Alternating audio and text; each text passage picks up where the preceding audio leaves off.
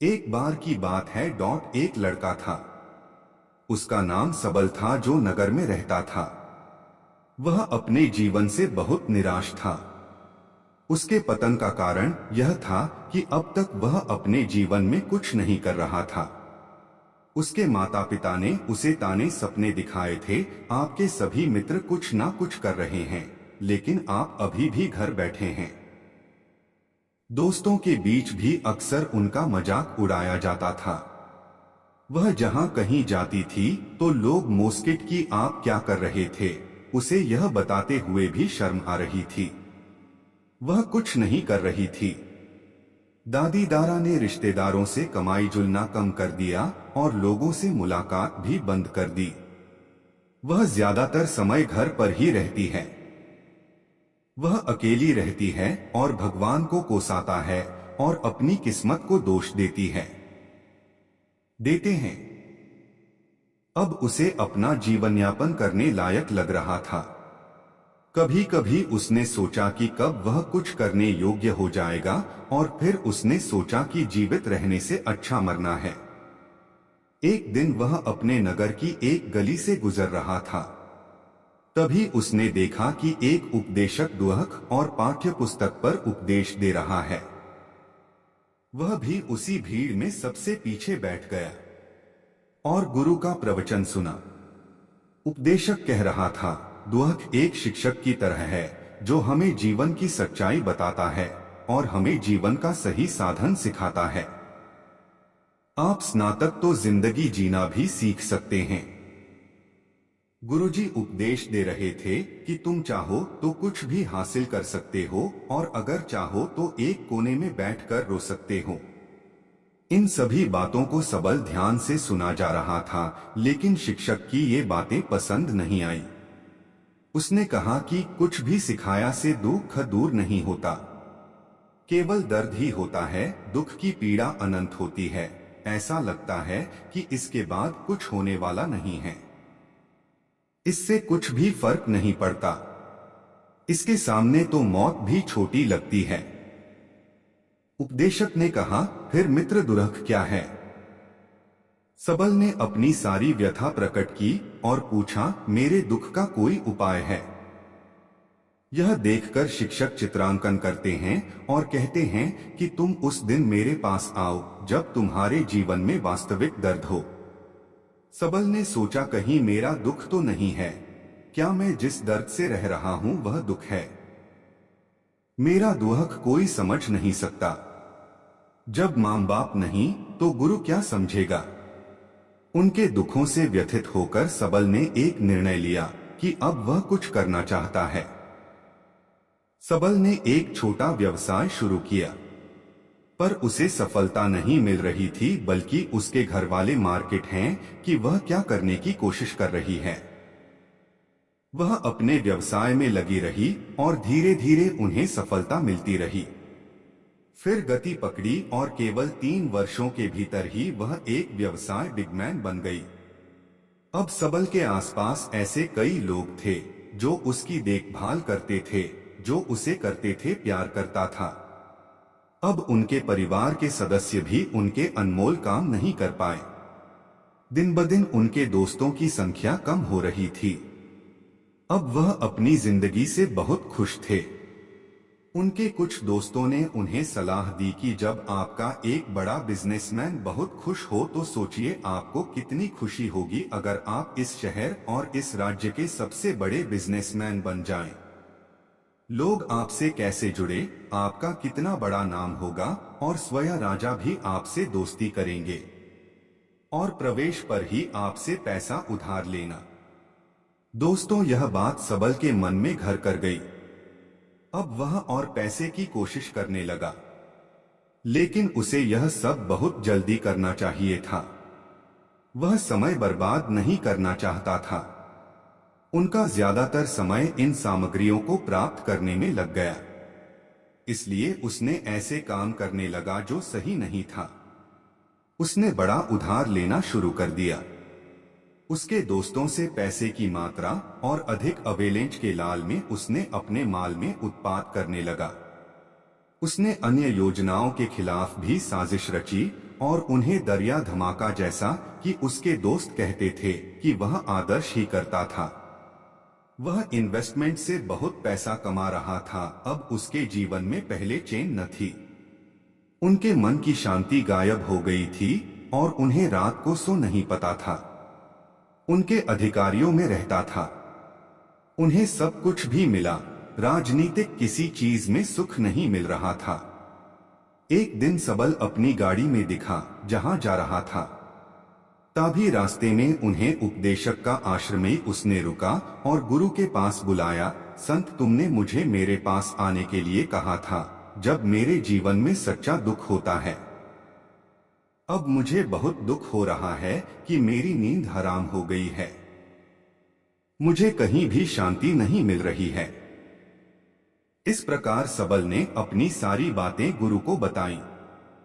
सबल ने कहा कि सिर्फ सलाहकार और चिंता करने से कुछ नहीं होता। आपकी दृष्टि को सच करने के लिए यह कार्रवाई होती है। और सिर्फ काम करने से कुछ नहीं होता, परिणाम भी मिलना चाहिए।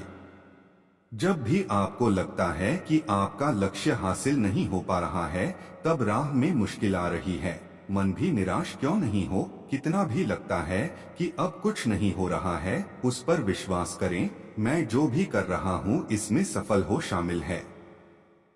खुद पर ध्यान दो, लोगों पर नहीं। लोग केवल सफल लोगों का सम्मान करते हैं। कोई कितना भी अच्छा क्यों न हो, वह हमेशा लोगों की नजरों में लोड बने रहते हैं।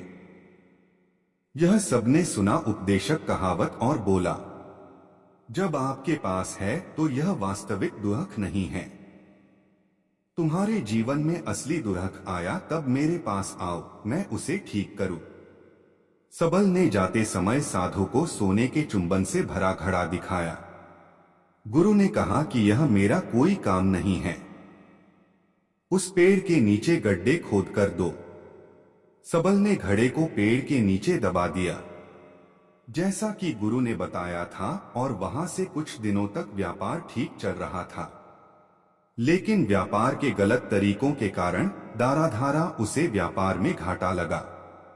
उसकी सारी किताबें धीरे धीरे खत्म हो गईं और एक दिन ऐसा भी आया जब उसके पास कुछ भी नहीं बचा था और कर्ज का बोझ उठा लिया गया था। लेकिन वह निश्चिंत थी, क्योंकि उसने अपना सारा कर्ज अपने दोस्तों से ले लिया था। उसने सोचा था कि उसके दोस्त बिस्तर पर उनके साथ रहेंगे, लेकिन ऐसा कुछ नहीं हुआ। जैसे ही बुरा समय आया, दोस्त पहले सारा कर्ज लेना चाहता था। अगर उसने कर्ज नहीं लौटाया तो उसने जान से मारने की धमकी दी और उसके सभी शुभचिंतक और प्रियजन उससे दूर हो गए। उसके दोस्त जो उसके साथ मौजमस्ती करते थे, अब वह दूर भाग रहे थे। उनकी सारी प्रॉपर्टी नीलाम कर दी गई और उनके पास कुछ भी न बचा। जब उसने अपने पिता से मदद की तो पिता ने कहा कि मेरे पास थोड़ी सी संपत्ति है, मैं माँ को क्या दिखाऊं अगर मैं कागज दे दूं। यह संपत्ति हमारा अंतिम उपाय है। सबल के मन में गहरा दुख छा गया। उसके आसपास कोई नहीं था जो उनके दुख को समझ सके, जिसने उन्हें सहारा दिया। जनता के इस विश्वास के कारण वह अंदर से टूट गई थी। उसने कहा कि अब जीने का मतलब क्या है, अब मरना ही मेरा सहारा है। वह आत्महत्या करने के लिए पहाड़ी पर जा रही थी, तब उसे याद आया कि उस शिक्षक ने उससे कहा था, मेरे पास आओ जब जीवन में असली दुख हो। सबल गुरु के पास गए और अपनी सारी व्यथा बताई। आंखों में फूल के लिए उन्होंने कहा, हे गुरु जी, मेरे दुख का दर्द है। गुरु ने कहा है, जब जीवन में असली दुख होता है तब मेरे पास आ जाना, मैं इसे जरूर ठीक कर दूंगा। सबल ने कहा कि ये क्या हो रहा है, मेरी जिंदगी में अभी दुख नहीं है, तो वो आखिर असली दुख क्या है? गुरुजी ने सबसे पहले कहा था कि सबसे पहले तुमने मुझे बताया था कि तुमने अपने दुखों से क्या सीख ली है। साथ नहीं रहेंगे, अच्छे समय में ही हमारा पैसा उठाएंगे और बाकी समय में हमें छोड़ देंगे। उन लोगों पर ही भरोसा है, लेकिन जो लोग हमारे साथ रहते हैं वे हमारे साथ बहुत कम रहते हैं। लेकिन ऐसे लोग बहुत कम होते हैं जहां उनके पास उनकी नियुक्ति होनी चाहिए। उनका अपमान नहीं किया जाना चाहिए। मुझे कभी भी किसी के खिलाफ साजिश नहीं रखनी चाहिए। अपना काम ईमानदारी और धैर्य से करना चाहिए और कभी लालची मत बनो। अपने सारे दुख दर्द और अनुभव बयां करने के बाद सबल गुरुजी के दर्शन के बाद आंखों में धूल झोंकने के लिए बैठ गए। कुछ देर बाद साधु के दर्शन और पेड़ के नीचे एक गोबर खोदा और घड़ा निकाला गया जो सोने से भरा हुआ था। उसने सबल को कहा कि मेरे पास आओ जब आपकी जीवन में वास्तविक दुख हो। सबल ने अपने शिक्षक को धन्यवाद दिया और उनसे प्रार्थना करके चला गया। उस पैसे से उन्होंने एक छोटा सा व्यवसाय शुरू किया। अब वह छोटे व्यवसाय में भी खुश हैं। उस पूरे लगन और विश्वसनीयता से व्यवसाय जल्द ही वह अपने शहर का हो गया। एक बड़ा व्यापार बन गया। उनका जीवन सुख सुविधाओं से भरा हुआ था। लेकिन कोई भी अच्छा क्यों न हो, लेकिन जीवन में दुख आता है तो सबल के जीवन में भी दुख आता है। अपने माता पिता की मृत्यु के रूप में दोनों एक ही दिन मर गए। सबल अपने माता पिता से बहुत प्यार करते थे, इसलिए उनके निधन से उन्हें गहरा सदमा लगा। उनकी अस्थियां लेकर दोनों श्मशान घाट ले गए जहां अंतिम संस्कार कर दिया गया। वहां उन्होंने अपने माता पिता का शव जलता हुआ देखा तो उनका मन उठ गया और उनके मन में कई सवाल उठे। वह घर वापस आ गए। इसलिए उसने अपने माता पिता के घर और संपत्ति को देखने के लिए अपने पिता के साथ हमेशा के लिए झगड़ा किया। जो छूटा हुआ है उसकी देखभाल की मांग की। इसके लिए वह इस दुनिया से चला गया। उनके पिता ने जो कुछ कमाया वह सब देखते रह गए। एक दिन पहले तक उसके पिता ने अपनी संपत्ति के लिए किसी के साथ कुछ नहीं किया था। ऐसा महसूस हो रहा था। उसे लगा कि कुछ भी समझ में नहीं आ रहा है। इसलिए वह गुरु के पास गया। उसे देखकर गुरुजी ने कहा कि जीवन में कोई दुख नहीं है। सबल ने कहा, वैसे तो जीवन में कोई दुख नहीं है, सब कुछ अच्छा चल रहा है, लेकिन आज मेरे माता पिता का देहांत हो गया है। मैं इस घटना से बेहद दुखी हूं और परेशान हूं। गुरुजी ने इसमें दुखी होने की क्या बात कही है? एक दिन अकेले भगवान को मरना है। कोई न कभी जिया है और न कभी रहेगा। एक दिन तुम्हें भी मरना है। शायद तुम कल ही मरना, या आप आज भी मर सकते हैं। सबल ने कहा, क्या कह रहे हो गुरुजी? मैं भी मरा हुआ हूं, लेकिन मैं अभी जवान हूं। गुरु ने कहा कि सब जी रहे हैं इस भ्रम में कि मृत्यु केवल लेखों को आती है, बड़ों के पास ही आती है। लेकिन जवान और किताबें मर जाते हैं, बच्चा मर जाता है। मौत की उम्र से कोई लेना देना नहीं है। यह सभी को प्रभावित करता है। मास्टर जी की ये बातें सबल के मन में घर कर गईं। दुनिया में क्यों आया है? जीवन का लक्ष्य केवल नशा करना और मरना, ऐसे कई सवाल हैं जो उसके दिमाग में लगातार उठते रहते हैं। लेकिन उन्हें किसी भी सवाल का जवाब नहीं मिल रहा था और उनका दुख दिन ब दिन बढ़ गया ही जा रहा था। इसलिए कुछ दिन बाद वह फिर से गुरुजी के पास पहुंचा और बोला, हे स्वामी, मैं बहुत दुखी हूं क्योंकि मुझे यह नहीं पता चल रहा है कि मैं कौन हूं और मैं इस दुनिया में क्यों आया हूं। यह सुनकर गुरुजी मुस्कुराए और बोले, आज आपके जीवन में पहली बार सच्चा दुख उत्पन्न हुआ है। ये असल में दुख कहलवाने के लिए हैं। हम नहीं जानते कि हम कौन हैं, हम क्यों आए हैं, क्या करें, कैसे करना है। सबल ने अपने गुरु से कहा कि तुम्हारी अशुभता दूर करो। गुरु ने कहा कि हम सब इंसान हैं, जीवन भर संग्रह रहता है। सबल ने कहा कि सभी मनुष्य जीवन भर धन, सम्मान, परिवार, प्रतिष्ठा, मित्र, शत्रु आदि जमा करते हैं। गुरु ने पूछा, क्या हम किसी भी इंसान के साथ अपने साथ कुछ भी नहीं ले जा सकते? यहाँ भी नहीं लेकर गए, सब कुछ धन संपत्ति वैभव सब कुछ यहाँ पर छोड़ दिया गया। टीचर ने कहा, अब मेरा ध्यान से सुनो, इस दुनिया में बात हमें जो इकट्ठा करना चाहिए वह हम नहीं बनाते, चीजें हमारे जैसी होती हैं लेकिन हम उन्हें देखने की कोशिश नहीं करते। हमें इस दुनिया में जो कुछ भी इकट्ठा करना है वह हम खुद हैं। हमें खुद को प्रशिक्षित करना होगा ताकि जब हम मरें तो हम एकजुट हो जाएं और खुद को अध्ययन में सक्षम बना सकें। हम अंदर बंटे हुए हैं। हम प्यार, तिरस्कार, क्रोध, तिरस्कार में बंटे हुए हैं। मान, धन, स्थिति, प्रतिष्ठा, सम्मान, पहचान, धर्म, जाति, सैकड़ों हजारों ऐसे अनाचार और तिरस्कार में हम बंटे हुए हैं और आदर्श में जीवन जी रहे हैं। इस विभाजन के कारण हमारी अपनी शक्ति कभी भी एक नहीं हो सकती है। हमारी निजी शक्ति बनी हुई है, इसलिए हमारे पास उतना समय नहीं है, उतनी ऊर्जा नहीं है जिसे हम खींच सकते हैं और अपने भीतर वास्तव में धन, सम्मान और गुणों का अभाव देख सकते हैं।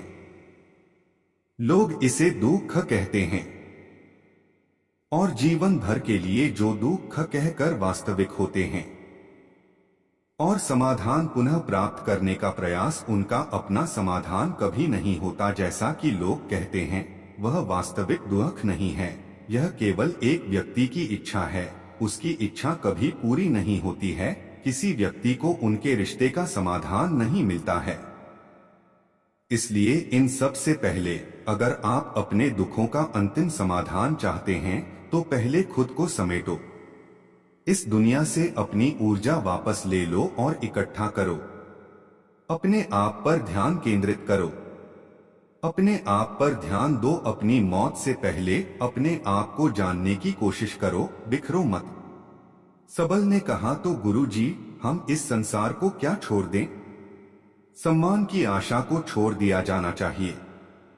शिक्षक ने कहा कि भावनाओं और विद्रूपताओं जैसे मनुष्य में से निकल आओ।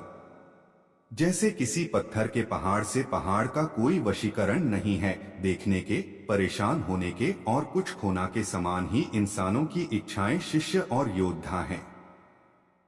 उसके विचित्र मन की इच्छाएं जीवित रहती हैं और कल्पनाएं जीवित रहती हैं और यह दुख देता है। लेकिन जब कोई व्यक्ति अपने मन को एकजुट करता है तो वह जो कुछ भी करता है वह अपने नियंत्रण में होता है। उसकी इच्छाएं भी पैदा करती हैं, होते हैं। सबल ने कहा कि तुमने मेरे असली दुख का समाधान कर दिया। आपका बहुत बहुत धन्यवाद। अब से मैं खुद को जोड़ने, खुद को तराशने की कोशिश करूंगा। गुरुजी ने कहा कि मानव शरीर में बहुत ऊर्जा और शक्ति होती है, लेकिन फालतू के सेवन में बेकार की बातें लगती हैं। यह एक बहुत ही शक्तिशाली मशीन की तरह है। इसे एक बच्चे के हाथ में रखा जा सकता है और वह सोचे समझे अपनी शक्ति को नष्ट कर सकता है और बिना किसी नियंत्रण के। इस शक्ति का ध्यान अपनी ओर से रखें और इसे इकट्ठा करें। सबल को अपने शिष्यों का उत्तर मिल गया। उसने अपने गुरु का स्वागत किया और शिष्यत्व दिखाया। दोस्तों, उम्मीद है आपको यह कहानी पसंद आएगी। अगर आपको यह कहानी पसंद आई हो तो अपने दोस्तों और परिवार के साथ जरूर शेयर करें।